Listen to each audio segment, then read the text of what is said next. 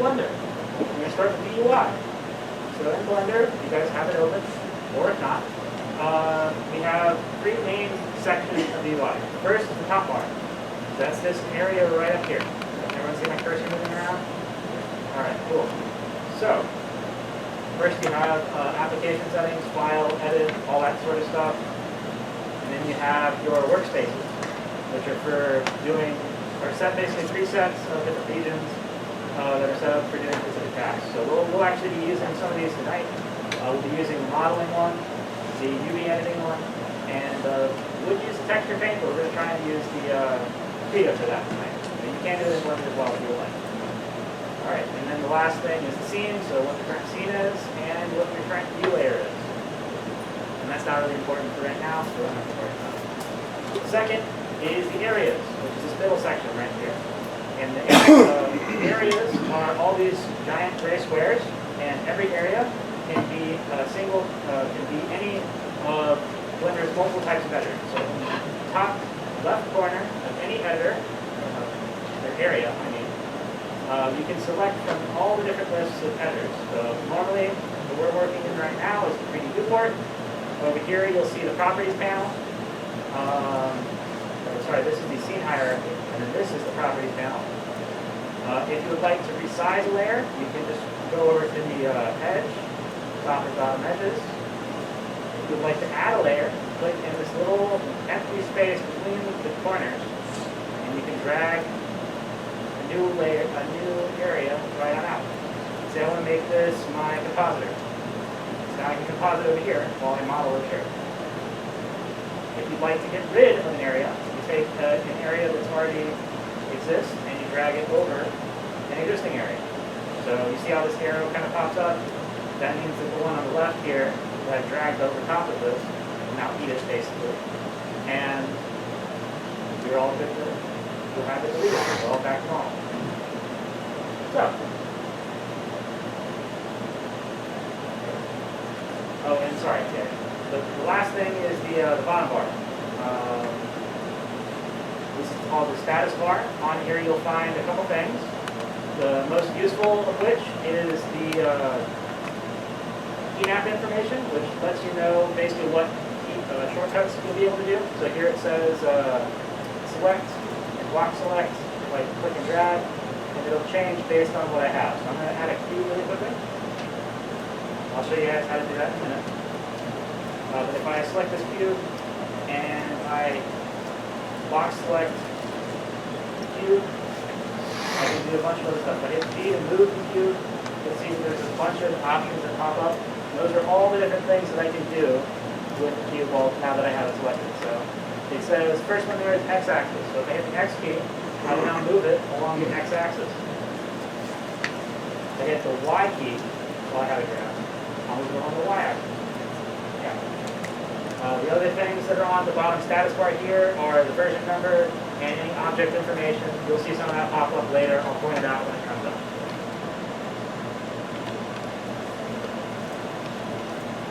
Alright, so Blender, most of what you're going to be dealing with are objects. So you'll see that this right here, we have a cube. This is a mesh object, and it's primarily what we'll be working with. There are a bunch of other objects, which you can see here in this menu. You have meshes, curves, surfaces, meatballs, all this good stuff. But for right now, we're only going to be focusing on meshes.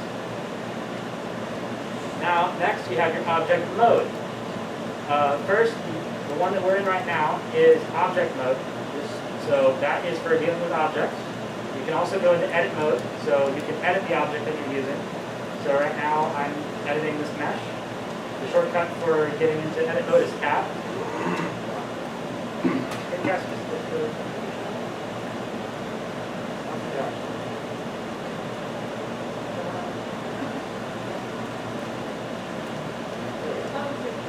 Alright, sorry about that. Alright.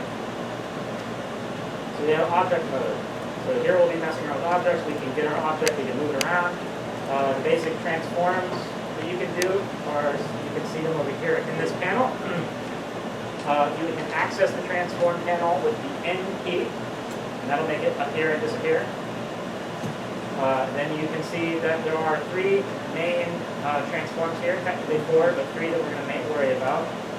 Those are position, which you can change by grabbing an object with the G key, and you can change its position in space.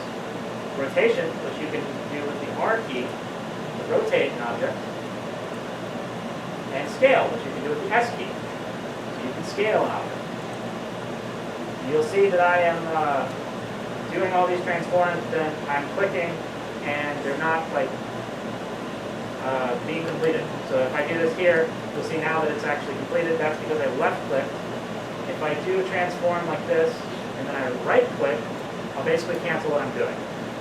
That's very helpful. So whenever you're working with stuff, you can basically work around trying to find somewhere where you think it'll look good, but if you're not really happy with it, you can always just right click out of something before you confirm that you want it to be moved there. Last thing here are dimensions, and that is just the measurement of the actual dimensions of your object.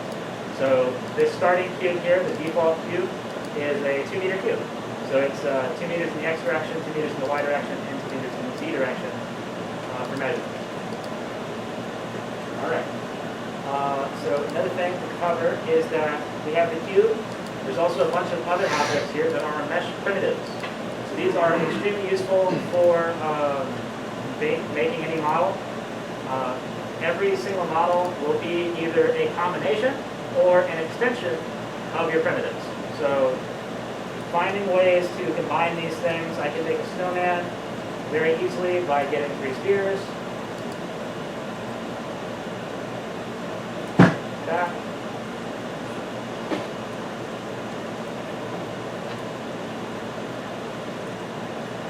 Okay. 3 spheres, I got a snowman.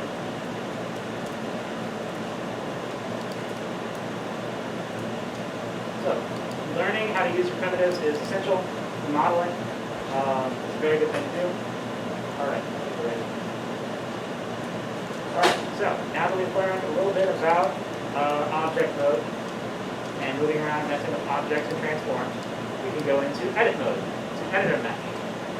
We're actually not going to want a cube for this. We're going to want a cylinder because we're making that cup, right? When you add this cylinder, whenever you add an object into Blender, you'll have this little add menu that comes up. And this lets you denote the properties of the object. Now, it is important that you make any decisions on this object's vertices, radius, all that, before you confirm its creation. So like if I add this and then I left click, like that, I no longer can reach that menu. This is stuck the way it is. If I want to fix it, I have to go into edit mode and manually fix it. It's a painful process. The easier way to do it is to instead go in here. I can say, oh, I don't want this to be a 32 vertices cylinder. I just want it to be 16 or hell even 12. And there we go. Now it's a much simpler blockier shape. Click that now. So we can select our object. You'll see it's selected by the orange outline here. Hit Tab to go into edit mode. Now that we're in edit mode, we have a couple options available. You'll see here there are a lot of little dots around every point of the object that I'm clicking on here. These are our mesh component, or one of the mesh components. These are vertices. So vertices are essentially just points in space. And they denote the outline of our object's form. We also can find edges, like this one right here. These are lines that connect two vertices. So you see it connects the vertex here and the vertex here. And even if you go into vertex select mode, if you select two vertices, it will highlight the edge that connects them. And the third thing are these faces right here. So if you select all vertices around the face, or all 4 edges around the face, you'll see the face highlight. You can just go into face mode and select the face itself. Yeah, so the face is just a plane that connects 4 vertices, or 3 or more vertices. And yeah. Everybody been able to spawn like some type of cylinder so far? Real good? No? No. Not really?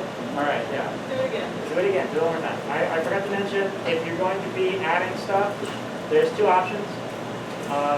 Add up here on the top, and you can just do it like that, or the shortcut Shift A. will allow you to open the add menu, and then you can select and add something, just like that. So, you'll see all of our faces here are facing outwards, no big deal. What happens if I do this? That is not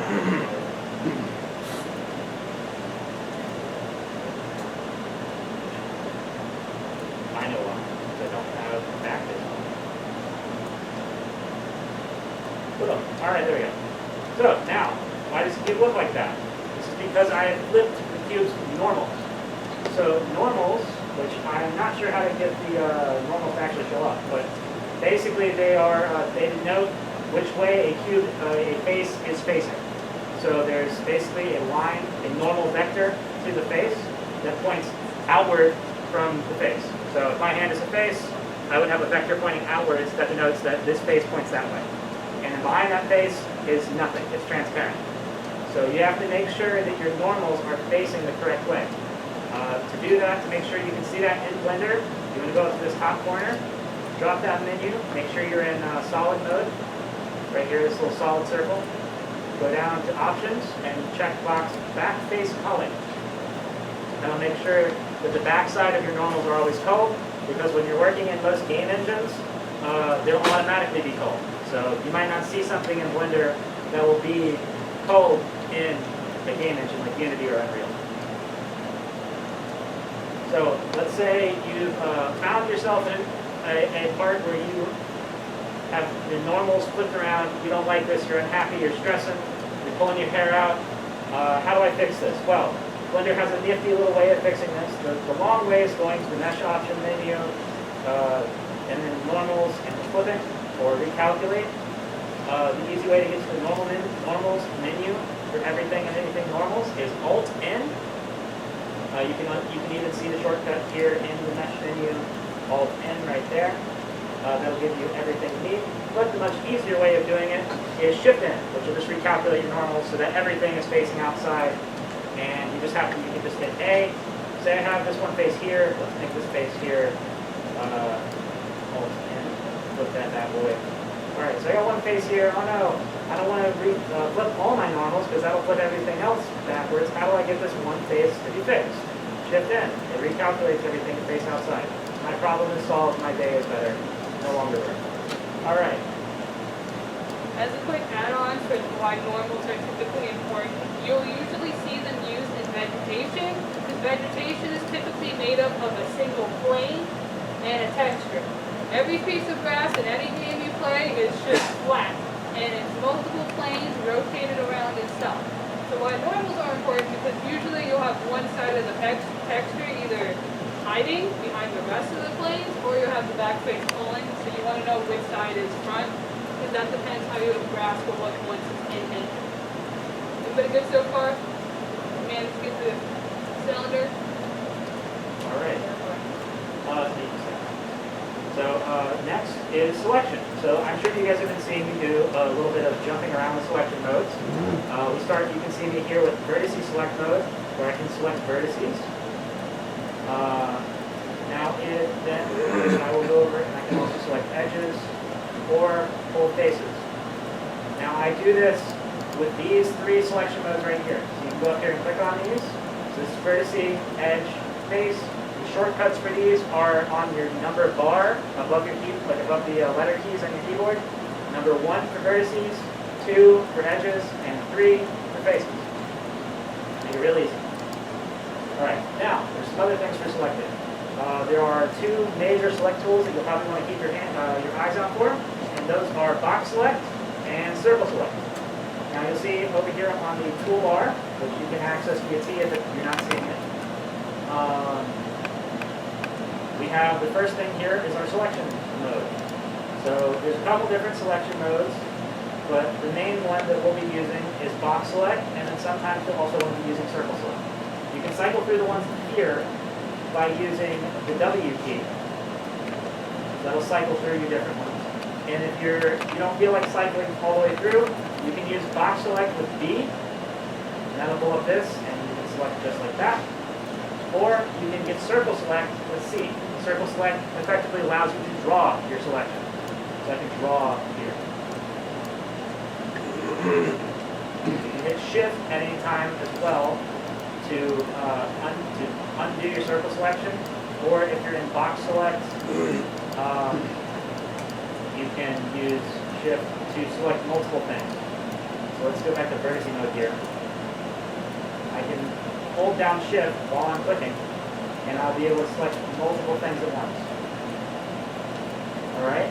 So that's a pretty long and arduous way of selecting this whole loop here. What if there's a faster way? Well, there is. If you'd like to select a loop of vertices or edges, you can simply click Alt on the edge. And that'll select the entire loop. It has to be a closed loop though. Or it'll just select the ones that are adjacent to you.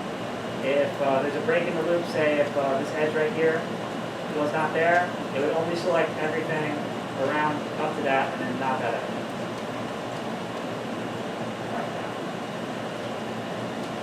So, let's get modeling. First modeling tool we're going to need here is loop cut. You can find that down here on the loop cut tool. It should be like a cube with a line going straight down through it. Click there, and we can add a loop cut.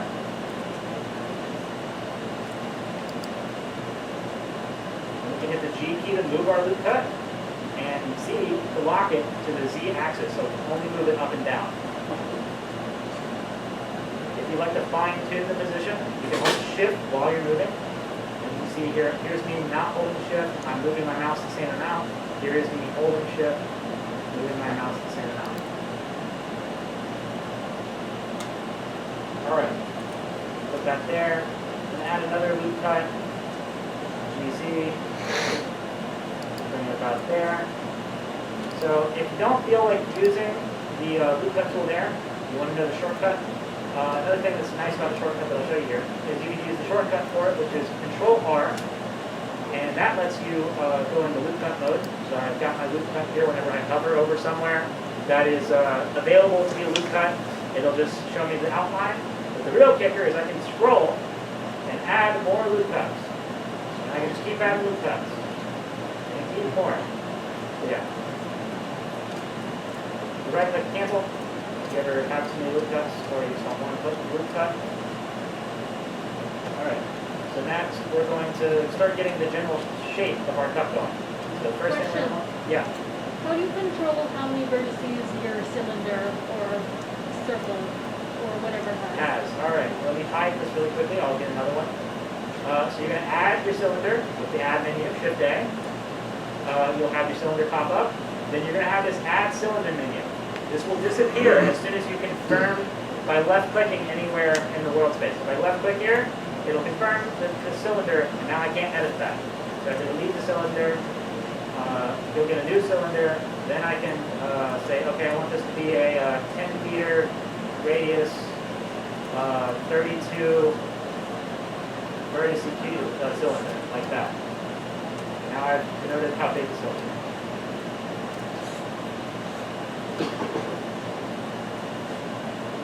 Basically, if your cylinder cup has too many vertices, just make a new cylinder. It's the quickest way to make it.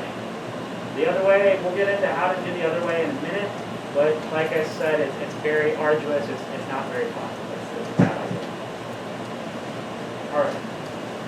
So let's start getting the shape of our cube here. We can Alt select. Or shape of our cylinder. I say cube, I meant to say cup. Alright. I can grab these two here. I can shift Alt click to grab two loops, just like I can shift click to grab two vertices, edges, faces. Move these up here. Alright, I want to get this bottom thing. I can scale this with the S key. And as I move closer towards, so if I hit S while I'm right in the center, I'm not going to be able to scale much, or my scaling is going to be very sensitive. If you like non-sensitive scaling, have your cursor out further from where your center of your object is, and then you'll have a lot more of a distance between, you see that dotted line? That's how much, that's your distance, so I'll have a lot finer tuning with my scale. So I put that there. Alright.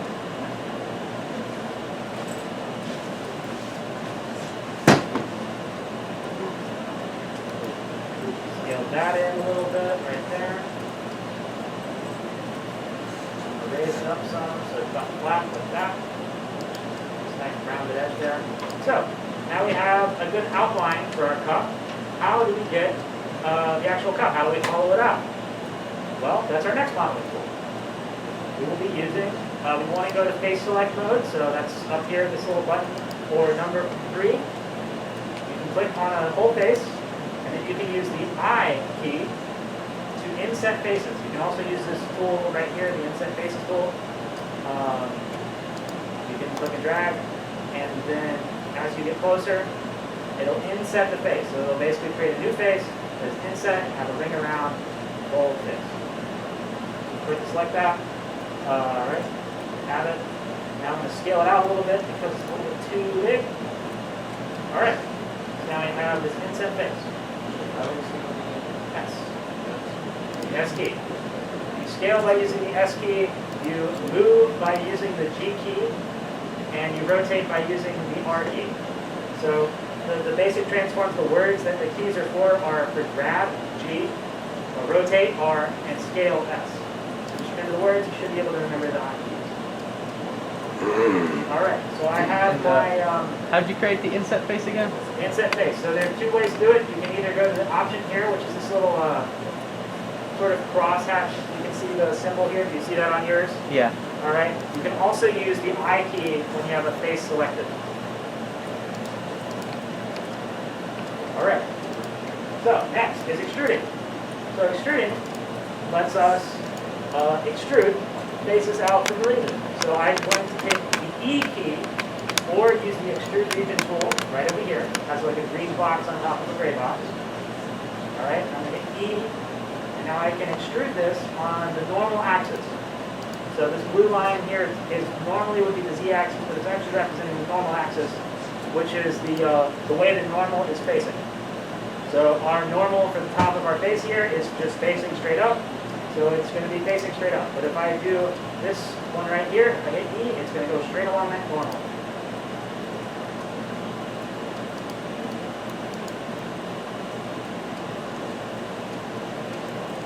Alright. So now that I've extruded, I'm going to hit G and bring my extrusion down.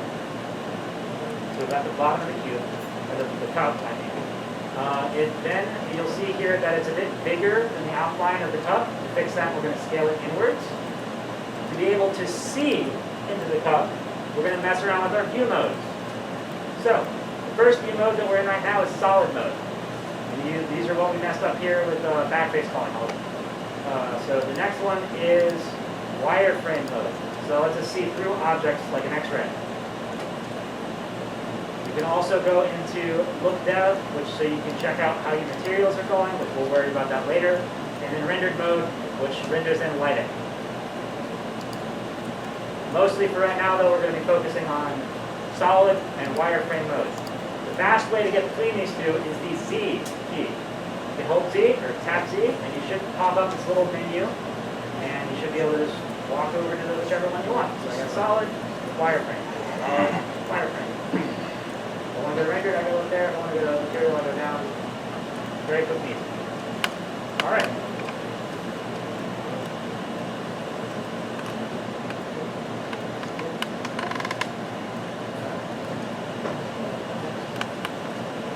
All right, so subtraction.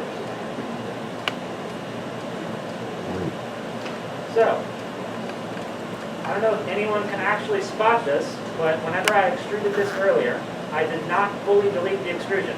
I left it there. That was on purpose because I'm going to show you right now how to merge vertices. Sometimes you'll do an extrusion like that, you'll accidentally leave it behind. And it's basically invisible because it's overlapping the same space. So to get rid of that, what we're going to do is we're going to hit A, we're going to go to vertice mode, we're going to hit M to merge. You can also right click and go down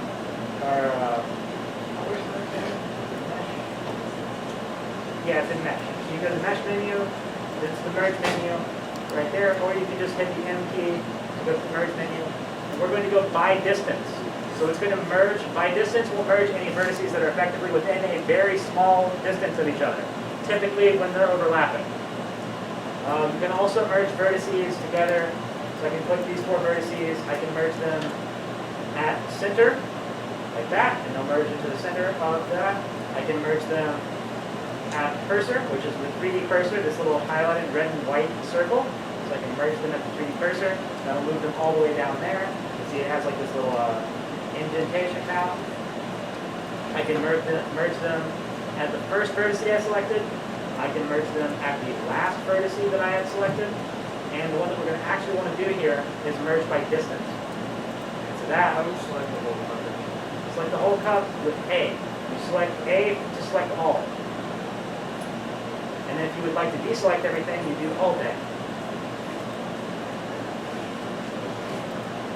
Alright, so and then merge by distance, you'll see here that I removed 4 vertices.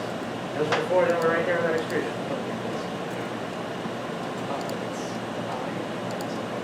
Alright, next we're going to worry about dissolving. So I'm going to add a loop cut here. We don't need this loop cut.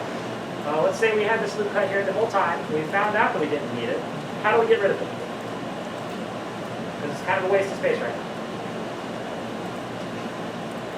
Well, we can dissolve the loop cut. We do this by selecting the loop and going here and dissolving. This will dissolve it into the edges around it. So we can do this with vertices as well. So I can add the loop cut back. You see here, I'll go to vertice mode. I can select a single vertice here. I can dissolve the vertice. And I will get rid of the vertice here and here. Now, for this to work properly, you need to have something surrounding it. So I need to have basically edges on the top and bottom of this edge for this edge to be able to be dissolved. So now, there's these edges. There we go. So I've gotten rid of that edge. All right, the last one here is ripping a region. Now this is something you will probably rarely use, but it's nice to know how to do if you ever do need it. The rip region tool is this bottom one down here. There's not a good shortcut for it. It's faster just to click the icon down here. It's the last one on the toolbar. It's pink. So with this, I can select the vertex and then I can physically rip it open. I can rip my mesh open. So I just want to tear this cup apart. Now I've ripped it open, and I can see inside of it. So I can do Control Z to undo. Don't have to worry about that. All right, and the last thing, so I said that was the last thing, but it's not, is deleting. So if I have a vertex that I just want to get rid of, I can go to Select Mode, select that vertex. I can X to delete the vertex. Now I can. This is probably easier for me to show here with the face, because when you're deleting, you have a couple options. You can delete vertices, which will actually get rid of the vertices, and delete anything attached to them. So if I get rid of the vertices, since this edge here is connected to this vertex, I'll also get rid of this edge and this face here. But if I just get rid of the face right here, between where all these vertices are, like X faces, I won't get rid of anything. If I get rid of vertices, you'll see here that everything here is gone because there have no vertices to be connected to. And then I can get rid of edges, and that'll just get rid of the edge parts and everything that was connected to them. All right. All right. So we have a cup. It looks like a cup. We got a cup. We got something resembling a cup. Maybe. Yes. How do you hollow out? How do you hollow out? I have to. All right. Let me do this. Hide that. Shift A. Cylinder. I'm gonna have. All right. So I'm gonna have a top face or one faces for the cup's top face. Circular face. I'm going to hit I to inset the face, like that. Make sure I have a little bit of a ring here. Then I'm going to hit E to extrude. Now that I've extruded, I can go up or I can go down. If I go down, I will extrude into the mesh. So now I have a little divot there. And that's exactly how I did the cup. Gotcha. If you go out, since the cup tapers at the bottom, if you go down and it's still outside, it's got like a little outer ring, you just scale it until it's inside. Gotcha. Anybody else? Feel good? Yes. So. Actually, never mind. Good? Yeah. Yeah, I completely does the base, like mesh. Base mesh? But no, the vertices mesh, like, what you're doing for the bases, right, you, black vertices. Oh, merging. Okay. Merging? Yeah. I got it. I'll do it right here. So I'm going to extrude this, hit right click so it stays there. You'll see a little bit of an extra black outline around it to show that it's overlapping. It's hard to see. So I'm going to hit A, select all my vertices here, or just right click up, so I can select all the ones here. I can hit M to open the merge menu, and that will let me merge at a couple different places. So I can do it center, that will merge them in the center. I can do a cursor, that will merge them at my 3D cursor over here. I can merge them at the first one that I selected, or the last one that I selected. But for what we want here, we want to get rid of these vertices, because they're extra. I'm going to select everything with A, I'm going to hit M, I'm going to merge them by distance. That way anything that's close enough to be overlapping will be merged together. All right. And merging is useful because sometimes when you're modeling larger things, you'll be extruding and moving and it's a mess. And then you get to UV unwrapping and there's a bunch of extra stuff and you're like, why is it so broken? Yeah. And that's why, it's because you have random faces that you didn't know existed. So sometimes it's good to just merge by distance and be like, oh, there's 16 vertices. I don't know where they were. I've gone through and had like thousands that I missed. It just happens. It just happens. It's always good when you're done modeling, just go to edit mode, hit A, so you select everything, M, merge by distance. Save you a whole lot of heartache. Right. How's All right. everybody going? You good? Everybody good? I apologize if I'm going a little fast here. We have some other stuff planned for this evening. All right. So, I am now going to talk about mesh shading. So you'll see here that our cup is very flat. It's very geometric. It's not very smooth, like a cup should be, like you would expect a cup to be. How do we fix that? Well, I'm going to go into object mode actually. I'm going to go to the top two options here, which are shade smooth and shade flat. So a smooth shading will basically shade this so that it's all one smoothed out face. And you'll see that it kind of connects everything together in one smoothed out face. Does not look correct entirely, but it looks better than what we have. Flat shading is what we were dealing with before. So, how do we get our right combination of flat and smooth shading? Well, there's two ways to go about this. The first way is auto smooth. So, to do that, we're going to go click on our object. We're going to shade it smooth. We're going to go over to the properties panel, which is this bottom right section. We're going to go to the green triangle little option. That's our vertex groups. But now we can edit our vertex groups.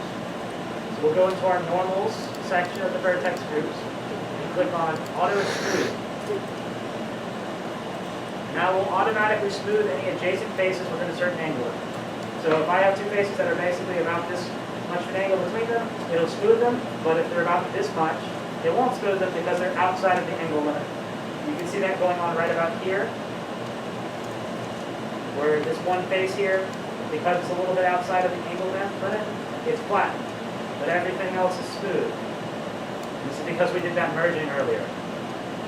So if we want to fix that, we'll just have to increase our angle limit to something like 45. Look. Now, that's perfectly smoothed out.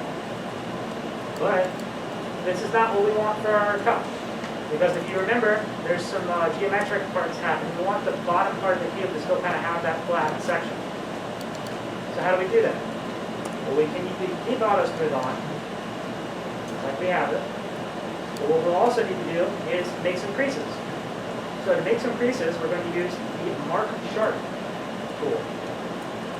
So I'm going to go around, I'm going to hit edge mode, I'm going to shift select all these edges that I want to mark sharp.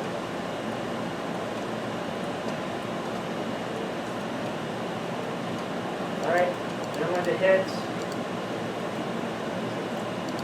I'm going to right click, go to the edge context menu, and I'm going to go down here, and I'm going to mark them as sharp. That will make them blue, just like that.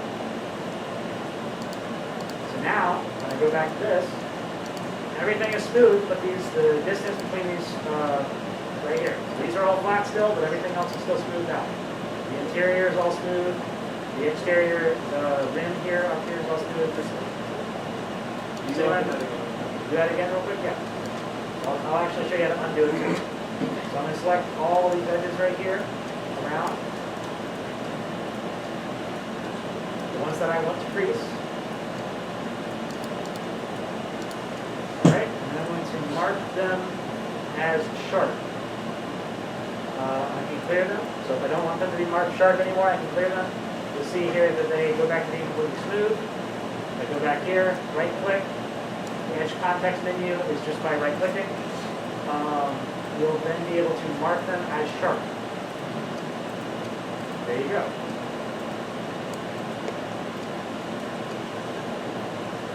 Anyone have any questions on this?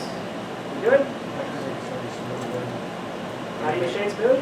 Yeah, how do you make things? All right, you shade smooth by being in object mode, so make sure up here that you're in object mode. You should have just a general outline around it. You shouldn't see any vertices, edges. You go right click to the object context menu, and your first option should be shade smooth.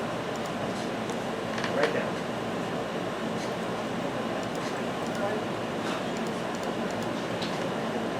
You would want to shade smooth if you want something to be smooth. So anything that would have a smooth, because you're never going to have actually a perfectly smooth surface in 3D. You're just going to have, you can get very small. I can actually demonstrate this. Get a circle here. It looks perfectly smooth, like a round circle, right? That's just because it has a bunch of vertices. If I decrease the amount of vertices to something like 12, like we have on a thing, you'll see it looks a lot more angular now.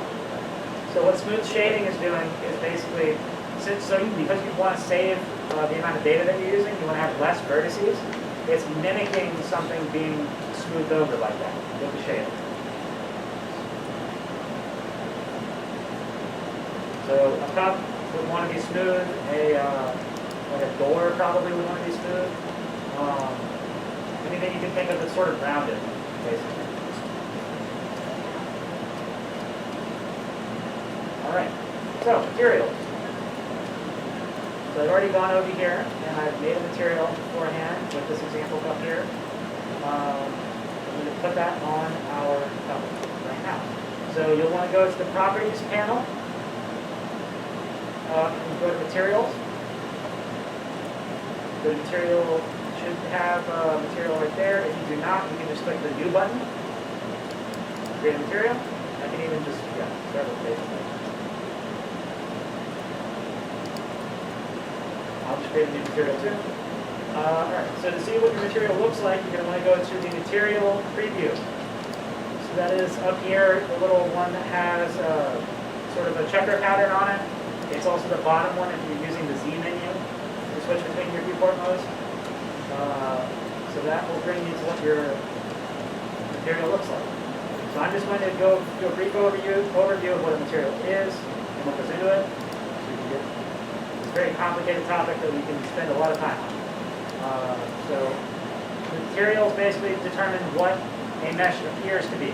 So if I want a mesh to appear like stone, or appear like wood, or rock, or I already said stone, or like a carpet or something, I have to mess with the material. To get all the specific things, we have all of these sliders here, or you can go into shading over here, and that is this workspace up top, on the top bar, shading. You'll enter the shading menu editor, and here you have the principal shader as the default, and you can add a bunch of other shaders with Shift A, and there's plenty of different shader nodes to play around with. We're not going to worry about all that right now. That's something for another day. So for right now, to make this look somewhat like ceramic, we're going to do two things. We're going to increase the specular, which is how reflective something is. We're going to decrease the roughness, how rough something is. So you'll see now that it's very shiny and smooth looking. Has a lot of reflections coming on. Looks like ceramic. Looks like it's, yeah. So, there's plenty of other stuff to get to there, but we'll save that. You gotta get the materials. Materials. So you want to go to the properties panel, which is this over here. And then you're going to want to go on this, all of these options. It is the checker pattern little sphere. That is material properties. Yes. You get it a little smooth, but not like really. You mess around with the roughness and specular sliders. No, but I mean like the Shading. Oh, okay. Yeah. So you can do. You mean like the mark sharp or the smooth shader? like right now everything is smooth. Okay. Okay. It's like it's all- So what you want to do is first you want to go down here to vertex object data properties. The three green little dots connected with the triangle. All right. Where's the normals drop down?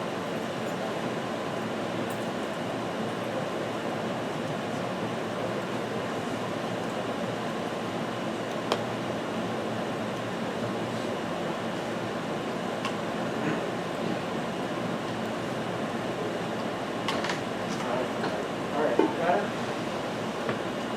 Are you all good? Do you need help with marking the seams? The chart? Cut the sharp part. Auto smooth. Okay.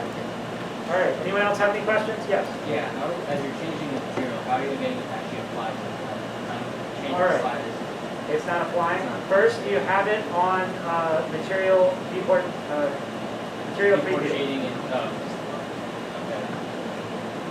Yeah, that might have Yeah. So that's how you can look at your material. You can also see that in rendered, but rendered factors in lighting, so you probably will look dark because there's no lights in your scene. Material, you don't have to worry about lighting. All right, so next is textures. Okay, you guys are doing that now. So textures are how we add the texture, what the look of something is, what the color is. So to make I can make something glossy and look rough like wood, but I can't give it that wood grain look to it unless I have a texture. So that will determine, that'll make it look brown, it'll give it the wood grain actual thing. Textures are 2D images in this. So the way to add textures, there are two ways. The first way is to have a texture in the UV editing mode. So you can go over here, go to image, new, create a UV grid, which we'll be using to map our UVs, just like that. And then we want to go into shading, Shift A, there's search, image, texture. I'll go over how to do this in a second. All right.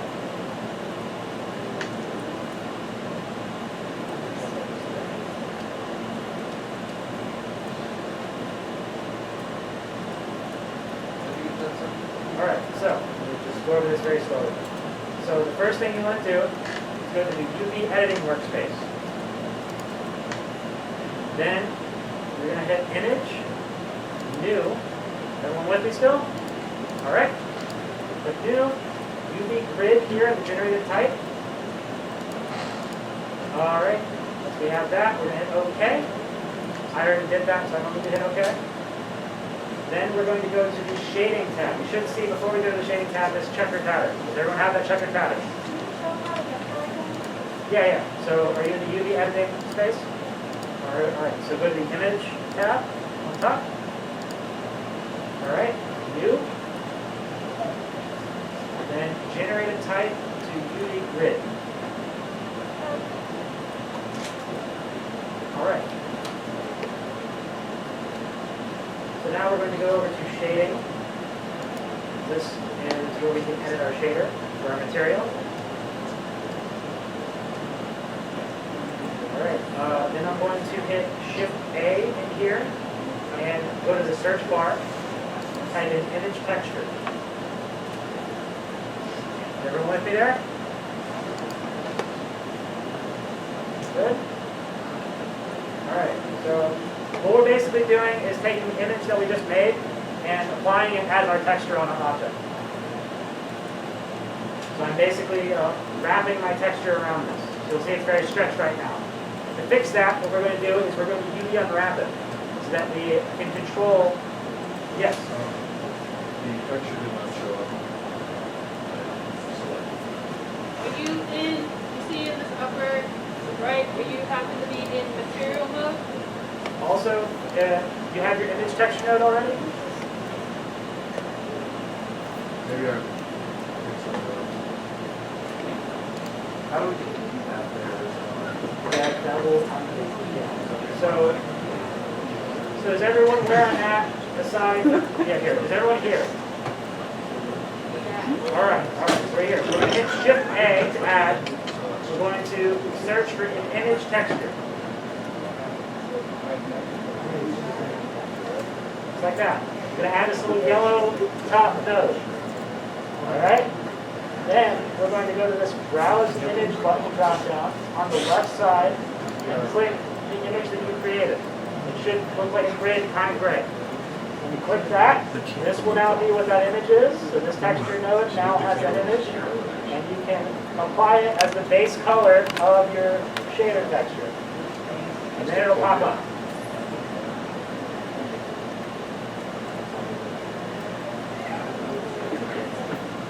Is everyone good? All right. So now that we've done that, we're going to unwrap this. So that all the squares look very nice. I can show you what it look like whenever we're done. And I'm trying to get the squares to look like this, where they're all even.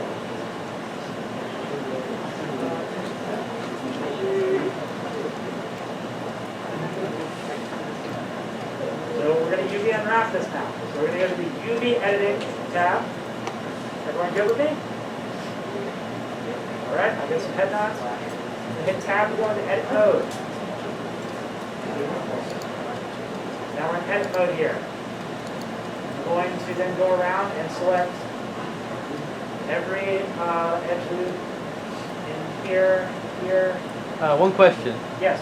So how do we get the texture to stay with us when we go to UV editing? Yeah. Make sure that your UV editing viewport is set to material preview. Oh, okay, thanks.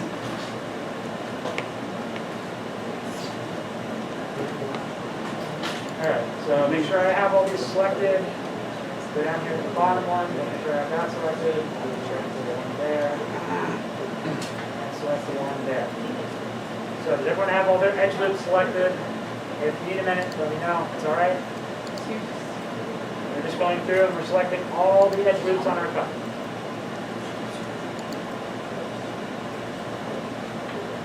Just the horizontal ones, right? Yep, just the horizontal Okay. loops. How do you do that again? Show you how to do what? How do you select those edges? All right, so you're going to use Alt and click to select the whole edge loop. And then you're going to hold Shift down to select multiple. So I'm going to hold Shift and then I'm going to Alt click again to select another one. Hold down Shift and Alt, click again to select another one.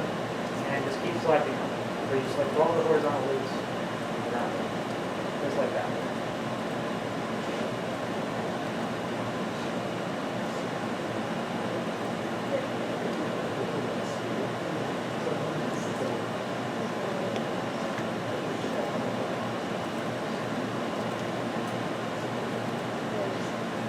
Give me a thumbs up if you're good.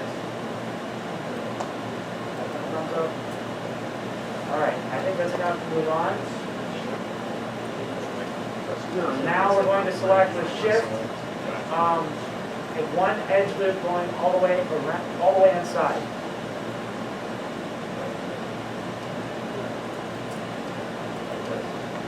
Take this from the bottom out here, go all the way around and to inside like that. And I have just that one line like that. Now I'm going to select multiple. I'm going to make sure I hold down Shift. Everyone good? All right, we're good. So now I'm going to UV it. I'm going to UV mark seam. So just like that, I'm going to hit U and then go to mark seam. I'm going to mark all these as red.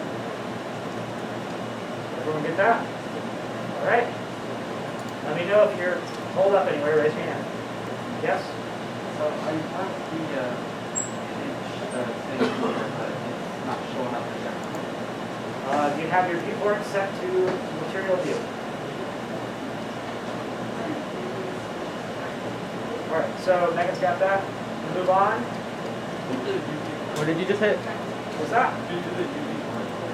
Yeah. So I'm going to hit U to open the UV mapping menu. Then I'm going to go to Mark Seam. Now mark every selected edge that I have in the seam. And And I'll get into what we're doing with that in a second. So, here's the cube. I'm going to put our material that we made on the cube. You'll see that everything lines up perfectly. That is because I have UV unwrapped this cube. You see here that it has marked seams. Now if I select this, you can go over here, you can see how this is unwrapped. So what we're doing with UV unwrapping is we're physically unwrapping it like this mesh was made of paper. So when you're unwrapping it, you want to mark your seams like you're cutting with scissors. So where do I want to cut to make sure that I can unfold this flat? So for a cube, you have to have basically a bottom face, which we have here, where everything is connected to, and then 4 cups here, so we can fold those out. And then one of those 4 needs to also connect to the top, and that's this one right here. So I basically go through, I'm going to say, I mean, these 4 are selected here, here, here, and here. I got to make cuts there. I also want to cut on top, but leave one so that this face here will unwrap with this face. When I have all those selected, I hit U, mark seam, they're already marked. And then when I want to unwrap, I hit A, select everything. Thanks for coming, guys. And then I'm going to unwrap, and that should unwrap your shape over here. And they'll be already set up. We go back to our cup, and do the same thing. We've already marked it. So now I'm going to hit A, U, unwrap, and that'll unwrap my cube. There's my cup. And you'll see here it has, it's better than it was, but it's still got some sloping issues. And the way we fix that is with what we call UV mapping. So we're going to take our UVs, which are what we unwrap flat. So I'm going to just find those by hitting A. And go here. And then I am going to mess around with them. I can select an entire thing with L, or just click vertices. So I hit L to select an entire island. I can click vertices. And then I want to basically mess around with these, scale them, transform them with grabs or scales, everything like that, rotations, until they're all set up correctly. So what I'm going to have to do here is scale all of these. Scale all of these in the X direction, 0, so that they're all together. And then hit this line with Alt. Scale them all in the X direction again to the 0. Blacked out. Scale this in the X direction, 0. So I'm alt clicking, hitting S to scale, saying that I want to do it in the X direction, which is the horizontal direction here. And I want to do 0 so that they're all on the same line. There we go.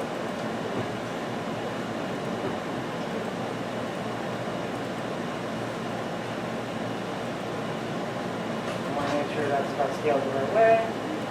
Like that, scale it down so it's not flat. Just like that. And we're good. Got UV unwrapped cup. So the squares are flat. Does anyone have yes?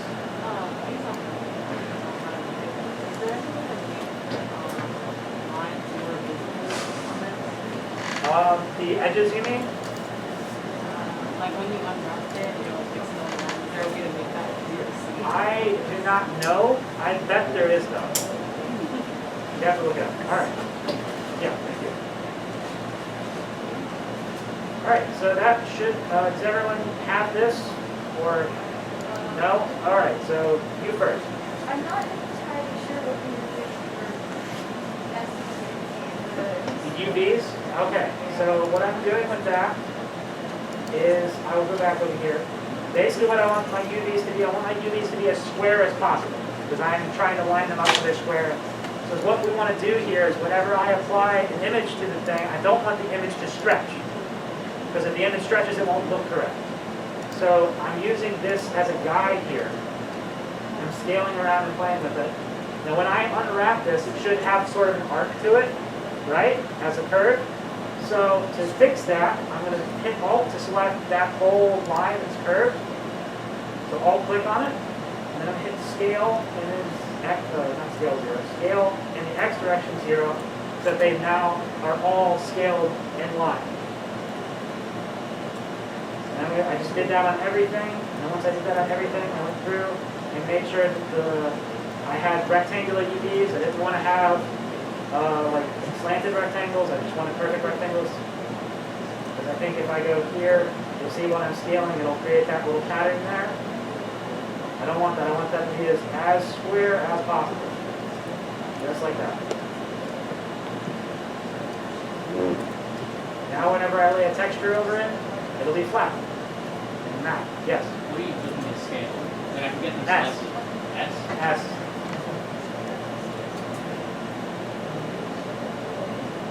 And then to do it, it's S, X, 0.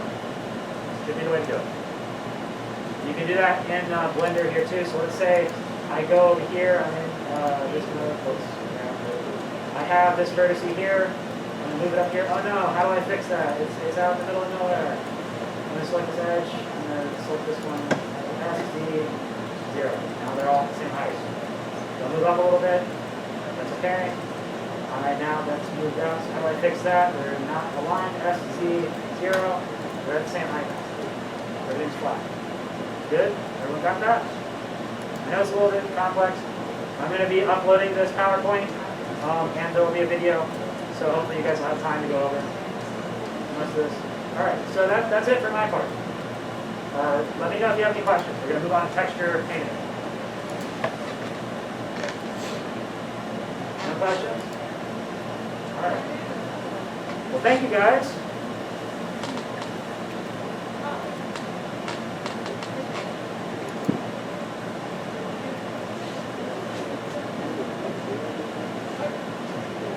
You want to do texture? So, do you guys want to do textures? I know I kind of took a while with this. Well, I know that was a lot of information, so honestly, what we could do is that we can just try to help you get to this point, if you would rather, and we'll do texture painting and making it look pretty like another time. Say yes, yes? Yes? All Okay, right. let's do that. All right, we're just going to answer questions at this point, so raise your hand if you need help. You don't have to stick around at this point, like the whole thing is over. Just some general announcements. Wait to see that at the end. Okay, general announcements is that we do have a forum active right now of trying to adjust the club times. If we've gotten some feedback that of trying to, should we move it? Right now we have 7 to 9. Some people are thinking maybe we'll start at 8, whatever. So we just appreciate your feedback as we figure out what time works best for our members. And then otherwise, next week we are planning to do starting a game jam or a mini jam or whatever. Basically, you'll have like a month. You'll possibly split into teams to either like make a game if you want. You can make a fancy texture or like fancy model for the whole month period. It's really up to you. But we're gonna give you some time we're starting the event next week to just try to give you some time to make some stuff. We do have sticky notes if you want to offer theme suggestions, like objects will revolve around a theme. But other than that, that's all I got. So thank you guys for sticking out with us tonight. And then you're free to go if you want, but if you raise your hand, we'll come around to help you make a good nice looking cup. Yeah. Okay, who needs help? Yeah. Okay, I'm gonna go. Alright, how's it going? Alright, so Where we at? I'm at UV unwrapping, but this is still like a work in progress. But this over go here around. is where I'm having an issue. Yeah, this moved last time. Oh, did I move it when I did that? So we moved it back Oh, up. thank you so much. Alright, but so we have this, and it feels like it's all going to like one point. I don't think is this supposed to happen? It depends. Usually no. Okay. We'll see. Select that vertex. You can select it in. Alright. Okay. Deselect everything over here. Okay. Oh god. It's one of these. Hold on. Select the hookup again. Alright, I can just like Hit A. right? Yeah. Alright. Do me a favor.